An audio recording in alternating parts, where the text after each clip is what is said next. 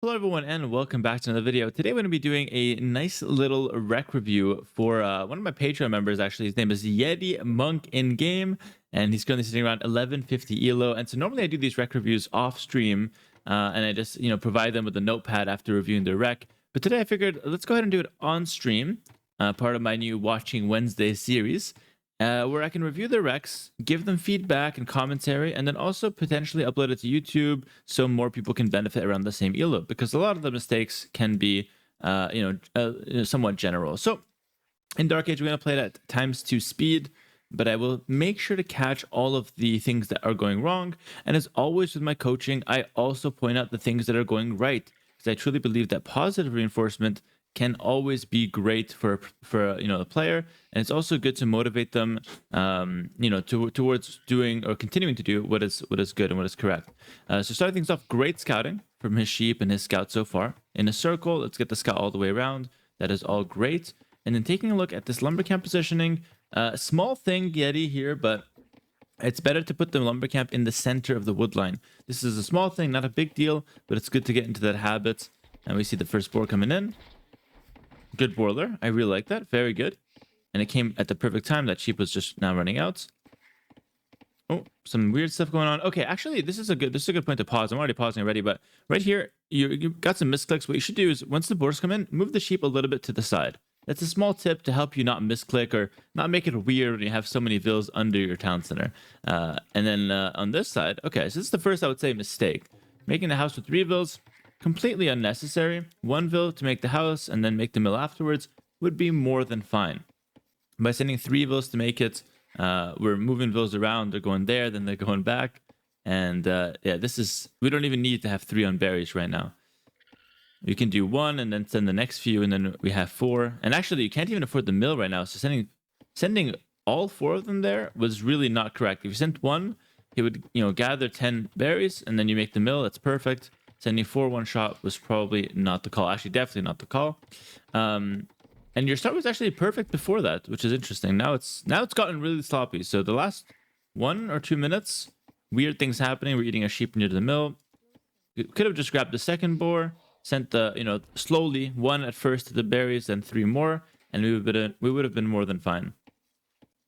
I think we might have been trying to lure deer during that. Okay, maybe that's why.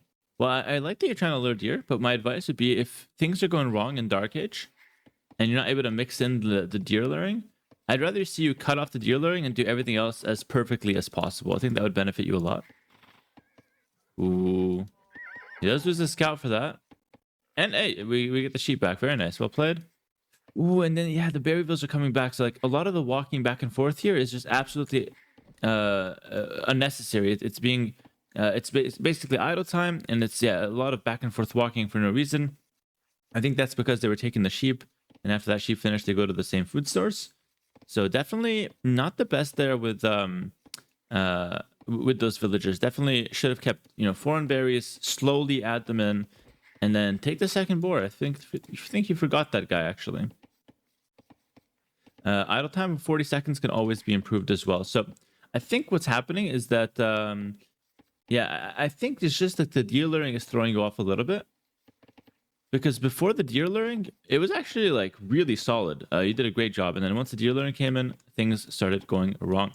Better lumber camp, nice in the center of the woodland. That is perfect.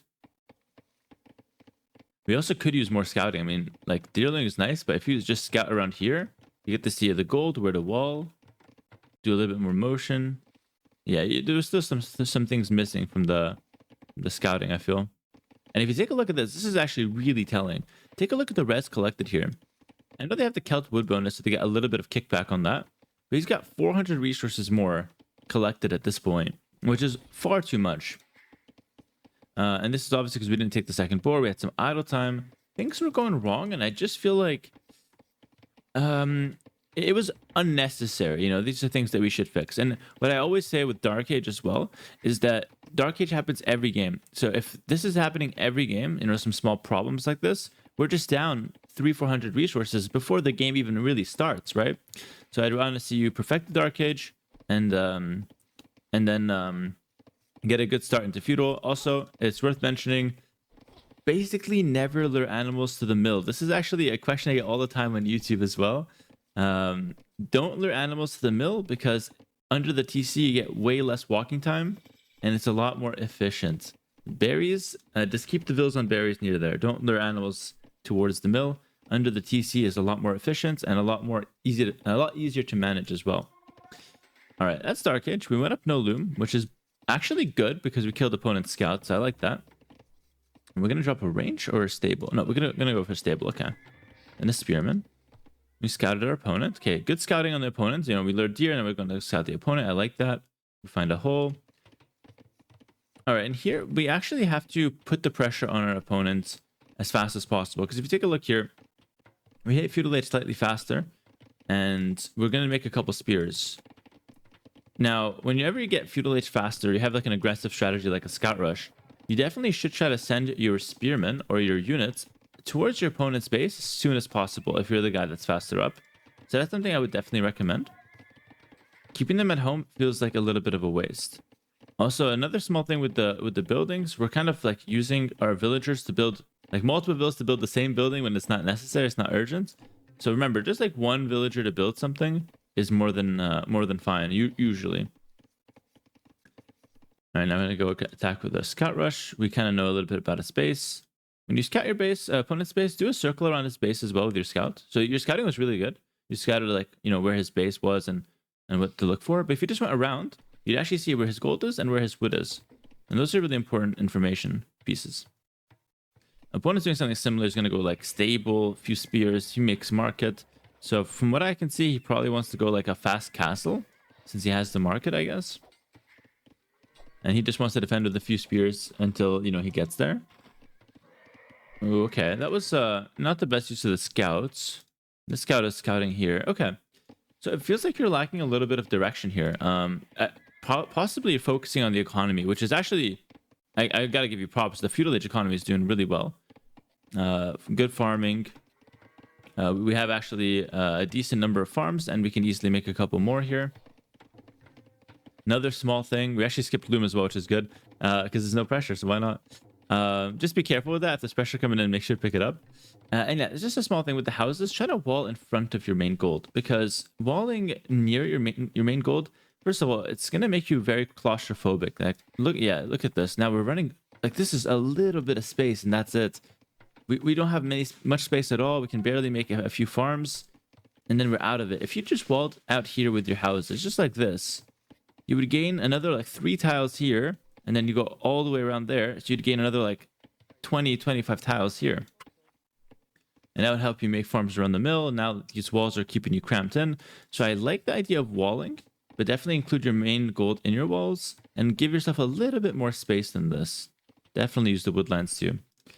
Another thing, when you're attacking as well with your scouts, right now you're just kind of scouting the map, but like your opponent's still open. I think what you should do is group your scouts out up 3 scouts, 4 scouts, send them in. You can kill 1 spearman, and you can actually look for villager kills as well. Don't just see one piece of wall and be like, okay, I'm gonna go scout the map, right? All right, so at this point we can fast forward a little bit since there's not too much going on. Idle TC, you know, can always be improved, but that's not the biggest deal for me. I feel like learning some of the fundamentals is a little bit better. Building placement, super crucial here. This wall, amazing. This wall is great. I'd want to see the same thing here. And this is the right idea, actually. Like you walling here is the right idea. It should just be a little bit higher up. So you have the right idea, but you just need to give yourself a little bit more space, and it's going to be natural for you from there onwards. Also, notice like both of you guys are kind of like wasting a lot of like units, like left and right.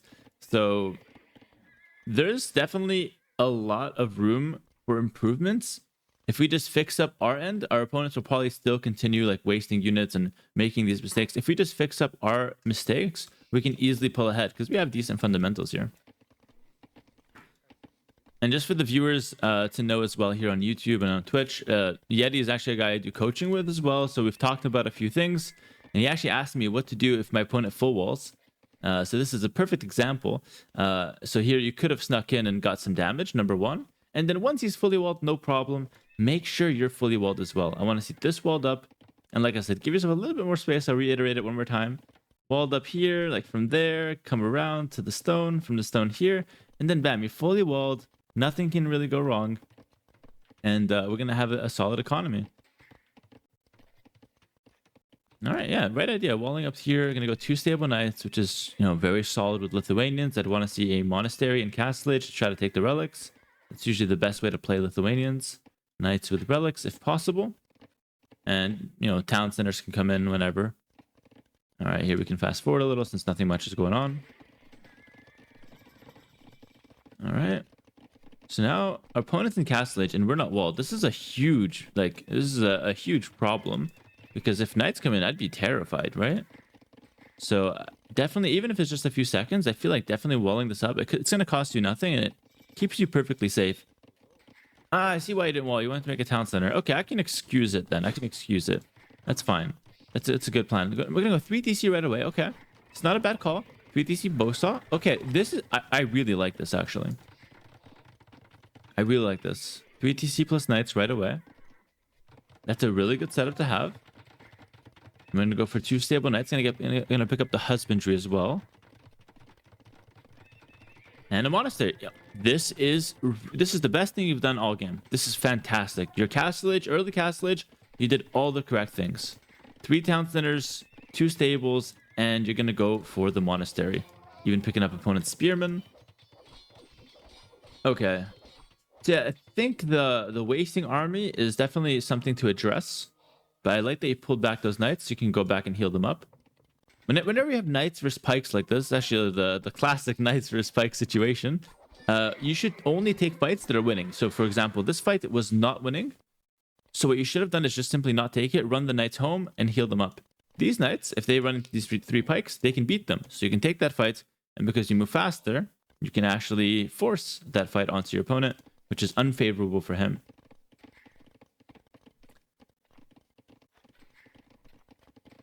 All right, so now we're still booming up VTC, moving around with your scouts. At this point, I don't mind if you lose the scouts, but good job not losing them. Opponent's going for a range. Oh, a second barracks. So, truthfully, your opponent's playing pretty well too. He's going for like 3 TC plus pikes and trying to pick up the relics. So you guys are both doing pretty well, to be honest. What I would like to see from you, though, is just a little bit more emphasis on the relics. So we did a good job. We scouted the whole map. We scouted the whole map in Feudal Age, right? It's basically what we did with the Scout Rush. So we didn't get any damage. If you scouted the whole map, your opponent cannot get the relics for free like this. What I recommend is that you put the scouts patrolling near relics. So like there's a relic here, there's a relic here. Keep the scout patrolling your relic. That way, when the enemy monk goes to take it, you can easily get a free monk and secure the relic for yourself. That's what you do, especially with Lithuanians. For example, monk going here, get a scout patrolling here. The monk gets close, scout kills him. And that way you don't have to watch the relics, but you're naturally guarding them. So that's a huge tip that you can use for your scouts. And this goes for not just Lithuanians, but basically anyone. Anyone who wants to play for relics. But nonetheless, we're still going to get 2 relics, which is, it's fine. But if you're playing Lithuanians, I really want you to push for 4 relics. I really would like to see that. All right, now we have a bunch of knights, and we're just booming up. Opponent is doing, yeah, like I said, something very similar. Actually, resources collected. This is why you were down like 600 resources earlier. Now you're up 400. So clearly, you're doing a really good job with the boom. I'm sure the extra 100 food per town center helped out. Nice. Fletching's coming in. Oh, a little teleportation action there. And now we're going to go for a castle on the hill. Okay. I like that. That's a good hill to castle. So far, your castle has clearly been your best age from what I've been seeing. Like, villager production is good. Idle TC time, half of your opponent. Good. We're pulling ahead in vills. We're basically winning this with this game without really interacting with our opponent, which is good. Now we're going to go up to Imperial Age. Okay. And now what I think is going to happen, I'm going to do a little bit. I don't know if you win or lose this game, but if we win this game, we're going to win this game because we go for gunpowder, a counter to our opponent. And if we lose this game, is if we go straight onto cavalry and we tunnel vision. Now, once you click up to Imperial Age, you have to make a new decision. You have to decide, do I stay on this unit or do I make a transition or do I do a composition? Half knights and half maybe skirms. this is a good time to decide. And the reason why I want you to decide right now is that you have a lot of time to make the decision. For example, if you want to switch to skirms, you get ballistics, get bodkin arrow, get 3 more ranges, and then in 2 minutes, you're going to have a skirm transition. If you want to get hand cannoneer transition, get 5-6 ranges. First thing you do is chemistry, and you're golden. Okay, opponent's going to try to force a forward castle. He's not going to be able to do that, though. He might go here. Also, a little quick tip as well, by the way, and this is for everyone watching as well.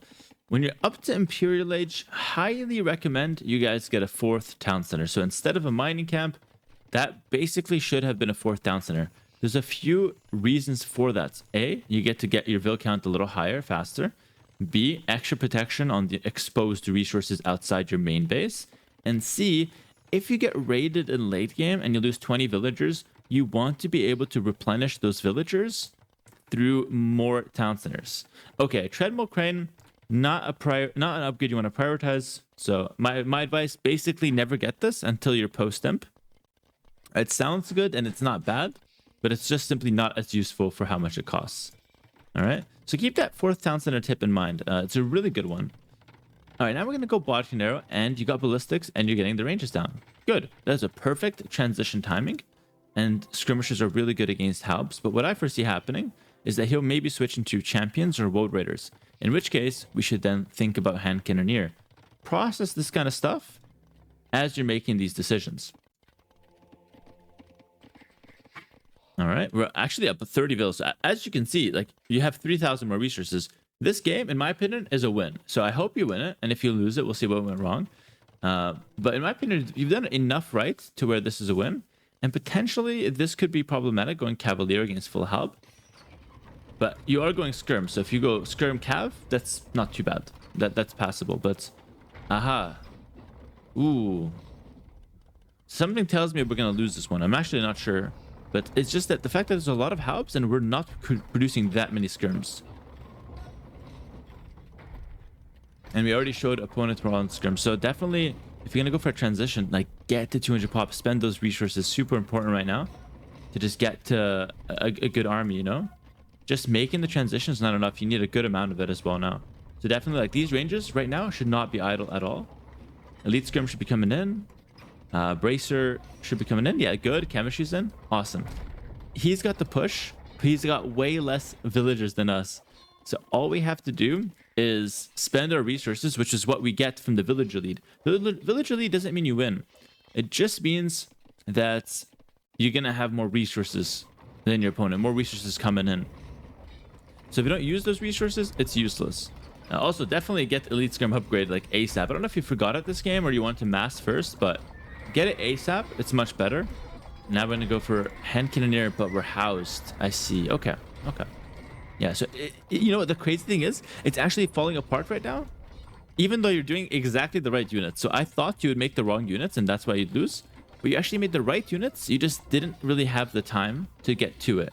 An opponent has stopped making builds, so as you can clearly see, they're truly all in for this push. But we're not doing the right steps to defend it. All right, at this point, we can probably fast forward a little bit more, because at this point, I think like the push will continue snowballing because of the trebs. Now, what you should do actually, what you should do against a push like this is make your buildings further back, and you have more resources. So focus on making more buildings and focus on really getting an army on the field. Do not fight one by one. Every time you don't win a fight, don't take the fight. Yeah, we're going to call it GG here. Yeah, which is what I had in mind. Which is, again, it's surprising. If you watch this this game back through this replay, we actually were supposed to win that one. We were, in fact, winning for the whole castlage, which is good. Good credit to you for doing the steps to get yourself a vill lead, get yourself some relics. You could do a bit better there, as I mentioned, and getting yourself onto the right units. You did fantastic in all of those. And the only things that you could have done better in Imperial Age, well, I mean, there's many things that could have been better, but the main things to focus on is just fielding a proper composition. Give yourself a chance to win the fights. If you know a fight is going to be a loss, simply pull back and save that army. Do not trickle in units when you know it's going to be a lost fight.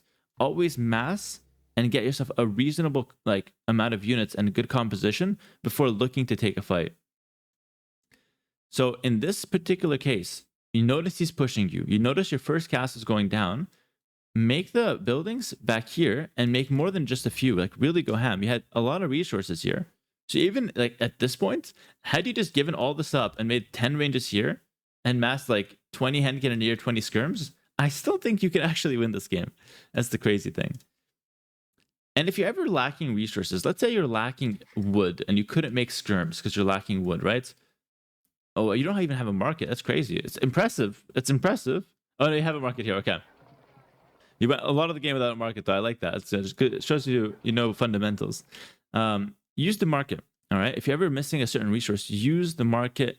Get what you want, because I don't want to see floating resources here. Get them onto the field and then start winning fights, and that's how you get some advantage. So definitely more production buildings, mass up before fighting. And if it's a losing fight, simply don't take it. Whether it's in Castle Age, Knights Against Pikes, whether it's in Imperial Age, and this, like, he has got more army, simply pull back, disengage, run away, cut your losses, because that gives you the most chance to come back in and to win the game from there. All right, let's take a look at the stats. So thank you, Yeti, for sending in the replay. I hope I was able to help. As you can see, you clearly did a lot of good things. You got more resources collected. You've got a ton of, just beneficial advantages for yourself. You got the villager lead. You got the expansions going. You just simply failed to put that villager lead onto the field. And that's what I want you to work on next. Also clean up the little things in early game that we talked about. Thanks so much for watching those on YouTube as well. I hope you guys did enjoy this and benefited from it. If you guys do like this, let me know and I can include much more of it on the channel. Thanks so much for watching, and I'll catch you guys next time. Peace.